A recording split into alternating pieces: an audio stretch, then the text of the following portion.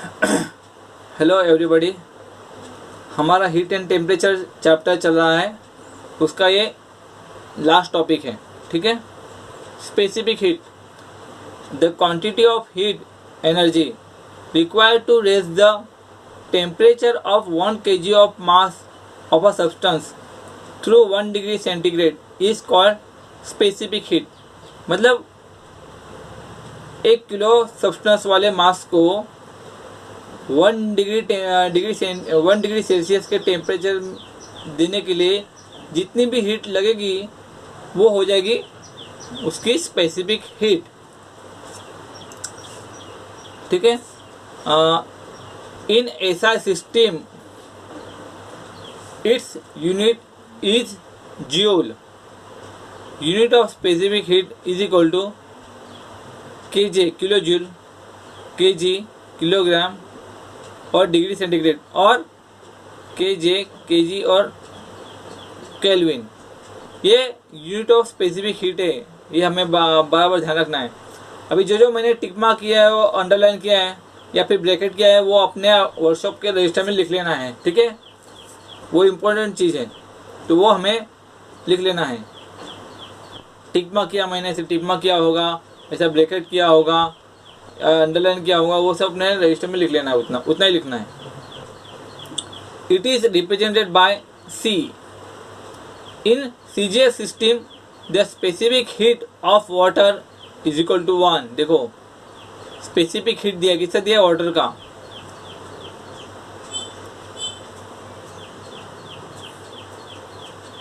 Mechanical equivalent of heat और thermal amount of heat required 4.2 kJ।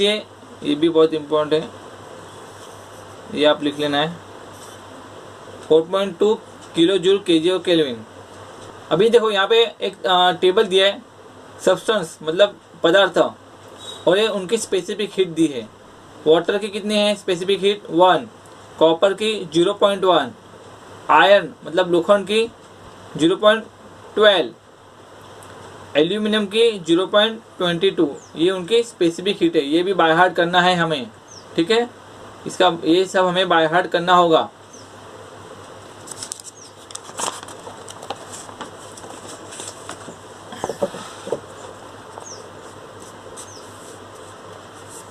Heat gain, heat lost और heat gain. CGS system, in CGS system mass of substance, एक type का एक formula है, तो ये इतना ब्रैकेट में किया है, वो भी हम इम्पोर्टेंट है, वो आपके रजिस्टर में लिखना है और बाय हार्ट भी करना है। बाय हार्ट करना है ये सब चीज़। मास ऑफ सब्सटेंस मतलब सब्सटेंस का वजन, मास मतलब उसका वेट कितना है? एम यूनिट क्या है? Kg. Mass of substance is equal to M मतलब मास ऑफ सब्सटेंस, उसका यूनिट है kg. Specific heat is equal to S. Temperature difference is equal to T degree Celsius.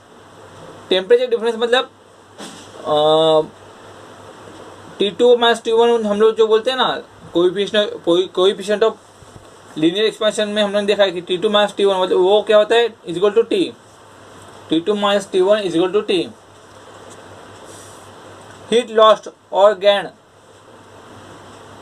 वो कैसे दिखाते हैं? Q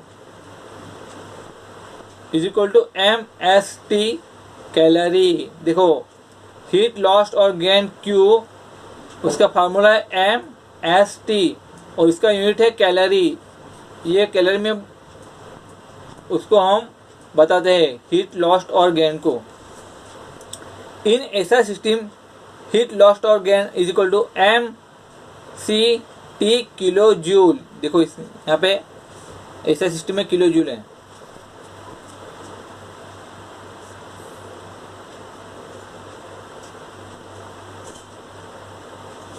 specific heat is equal to C. Specific यहाँ पे सी क्या है? स्पेसिफिक हीट है यहाँ पे ऐसा सिस्टम में, और सीजीएस सिस्टम में एस स्पेसिफिक हीट क्या है? एच। तो ये डिफरेंट है। और यहाँ पे स्पेसिफिक हीट का यूनिट क्या है? केजे, किलोग्राम और केल्विन। ये डिफरेंट हमें ध्यान रखना है। यहाँ पे स्पेसिफिक हीट C है और यहाँ पे स्पेसिफिक हीट S है। अभी इसके ऊपर सम्स देखेंगे।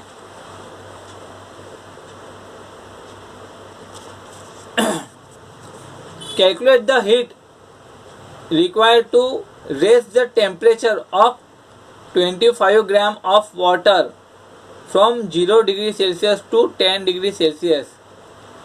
देखो अभी यहाँ पे क्या क्या दिया है, हमें क्या क्या पूछा है। हीट रिक्वायर्ड मतलब हीट गेन पूछा है ना, तो ऊपर वाला फार्मूला हमें यूज होगा। अभी इसमें क्या क्या इंफॉर्मेशन दिया है। मास ऑफ वाटर m कितना है 25 ग्राम। इंक्रीज टेम्परेचर T क्या है, ये T2 है माइनस T1। T2 कितना है 10 डिग्री सेल्सियस। T2 मतलब बड़ा हुआ टेम्परेचर, ये इसका वैल्यू T2 का वैल्यू हमेशा T1 से ज़्यादा ही रहेगा। T1 का कम रहेगा, T2 का वैल्यू ज़्यादा रहेगा। तो यहाँ पे 10 है T2 माइनस 0, तो कितना है इज इक्वल टू T कितना आया 10 degree Celsius. Specific heat of water S कितना है, ये यहाँ पे दिया हुआ नहीं है बराबर, ये समझ में नहीं दिया हुआ है, लेकिन हमें बाय हार्ट करना होगा। हमें याद रहना चाहिए कि वाटर का स्पेसिफिक हीट कितना है 1, जो टेबल में दिया ना वो, तो हमें ये बाय हार्ट करना होगा। स्पेसिफिक हीट सभी में समझ में देते नहीं है, कहीं कहीं पे देते हैं तो कहीं पे नहीं देते हैं। तो नहीं देते हैं तो हमें जो टेबल में दिया हुआ है स्पेसिफिक हीट ऑफ वाटर वो लेना है, वो कितना है 1। अभी रिक्वायर्ड हीट क्यों, उसका फार्मूला क्या है MST, M 25 into 1 into T कितना है 10, तो कितना है इसका फाइनल आंसर 250, और इसका यूनिट है कैलोरी बराबर, क्योंकि ये CGS सिस्टम है। CGS मतलब सेंटीमीटर ग्राम सेकंड, ये हो गया CGS सिस्टम।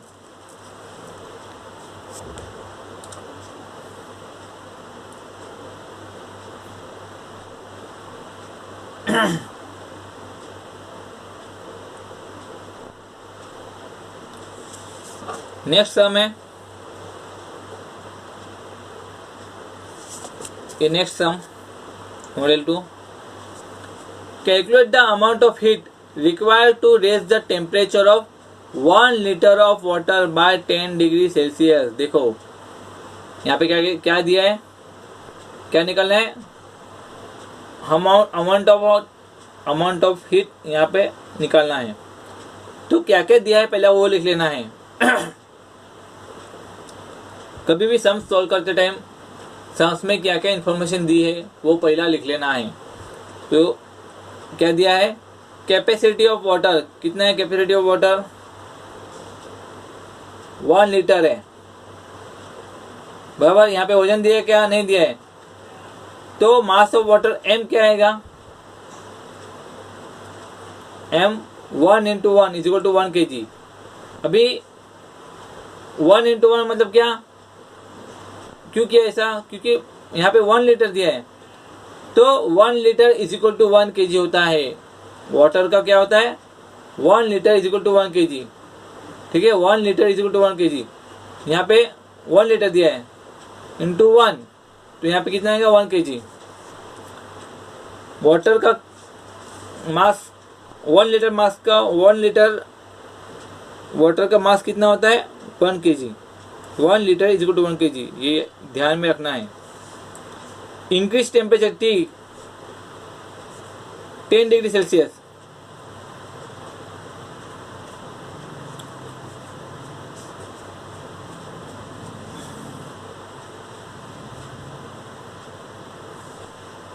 T यहाँ पे 10 डिग्री सेल्सियस दिया है। Specific heat of water S कितना है हमें पता है 1। अभी रिक्वायर्ड हीट Q, उसका फार्मूला क्या है MST, M कितना है 1, S कितना है 1 एंड T 10, तो कितना है 10 किलो कैलोरी। देखो यहाँ पे किलो कैलोरी आया है, किलो कैलोरी क्यों यहाँ पे आया, क्यों किलो कैलोरी है, क्योंकि ये मास ऑफ वाटर किस में है, केजी में है दिया हुआ।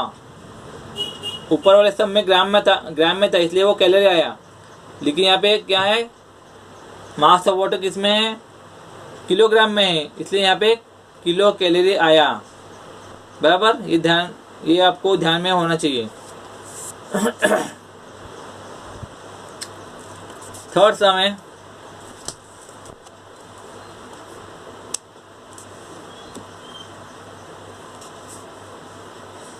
मास इज इक्वल टू 120 लीटर, ठीक है। T1 is equal to 20 degree Celsius, T2 is equal to 85 degree Celsius. S मतलब स्पेसिफिक हीट कितना है, 4.2। तो क्यों पूछा है, क्यों मतलब क्या, हीट गेन और हीट लॉस दोनों में से एक होता है। तो मास ऑफ लिक्विड यहाँ पे देखो लीटर में दिया है, हमको ग्राम या केजी में चाहिए, बराबर। Mass of liquid M is equal to 120 litre, तो 120 लीटर है तो कितना है 120 केजी, क्योंकि 1 litre is equal to 1 kg. 1 litre is equal to 1 kg, तो 120 लीटर इंटू 120 लीटर इंटू 1 कितना आएगा, 120 आएगा, ठीक है, इसलिए वो 120 केजी आया। इंक्रीज टेम्परेचर T कितना है, T2 minus T1 is equal to T, T2 है 85 और T1 20, तो T कितना आया 65 degree Celsius. Specific heat S कितना दिया है 4.2। Require heat Q is equal to क्या फार्मूला है, MST, तो 120 मल्टीप्लाई बाय 4.2 मल्टीप्लाई बाय 65, तो यहाँ पे कितना आंसर आएगा इसका, ये मल्टीप्लिकेशन किया तो 32760 किलो कैलोरी। यहाँ पे भी किलो कैलोरी है, क्योंकि मास ऑफ लिक्विड का यूनिट क्या है, किलोग्राम, इसलिए यहाँ पे किलो कैलोरी आया।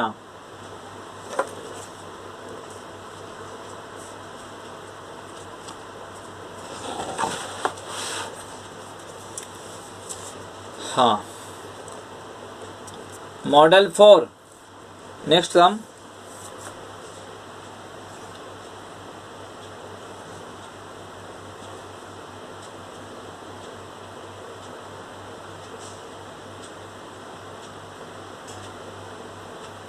If 1000 gram of water at 20 degrees Celsius is given 30 kilocalorie of heat, find the final temperature of water।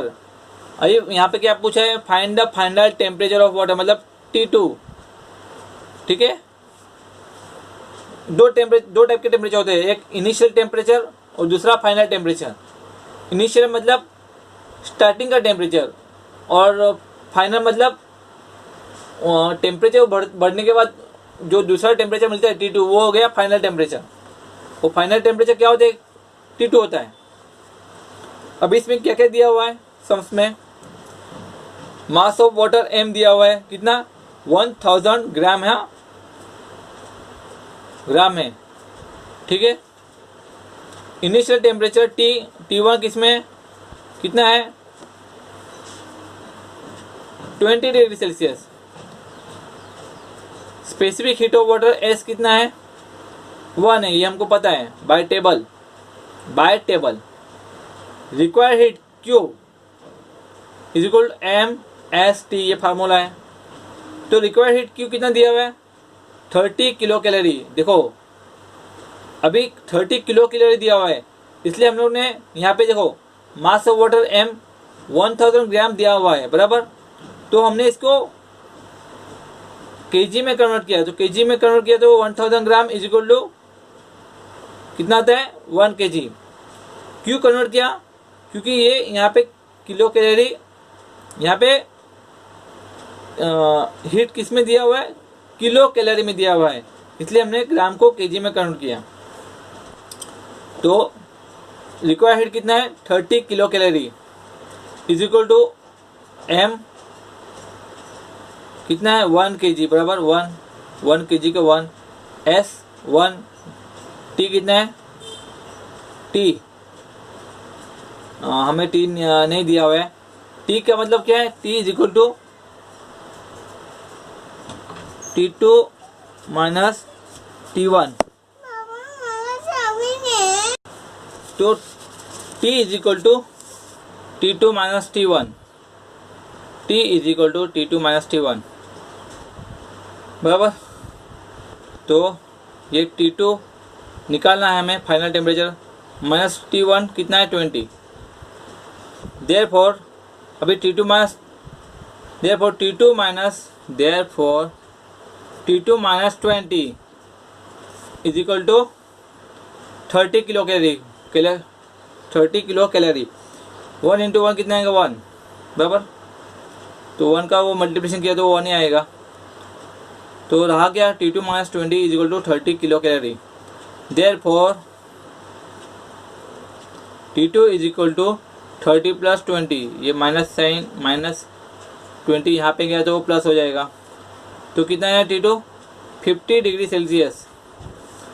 तो फाइनल टेम्परेचर ऑफ वाटर कितना है 50 degree Celsius.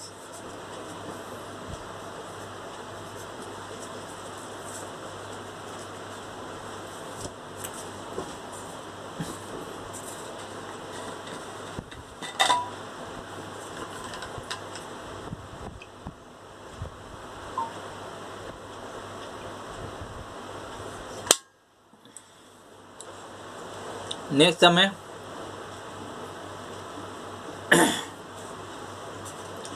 How much heat is required to raise the temperature of copper vessel of mass 0.05 kg through 40 degree Celsius.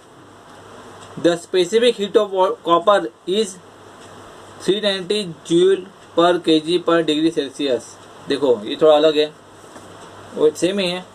क्या क्या दिया हुआ है तो weight of copper vessel कितना है m दिया हुआ है ना m कितना दिया है 0.05 kg। इंक्रीज टेम्परेचर दिया है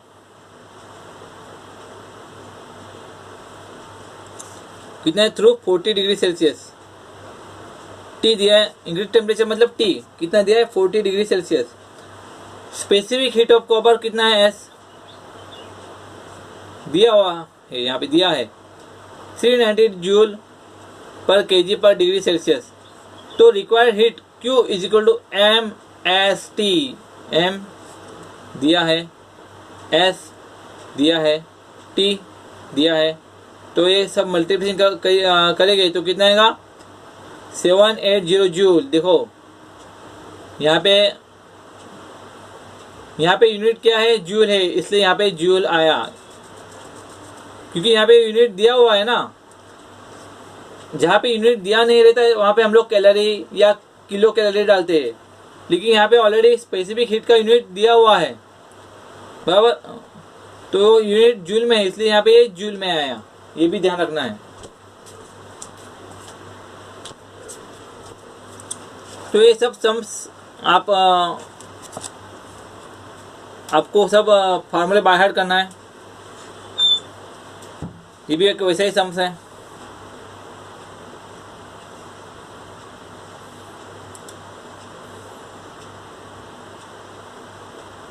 सेम सम्स है ये भी आप लिख लेना है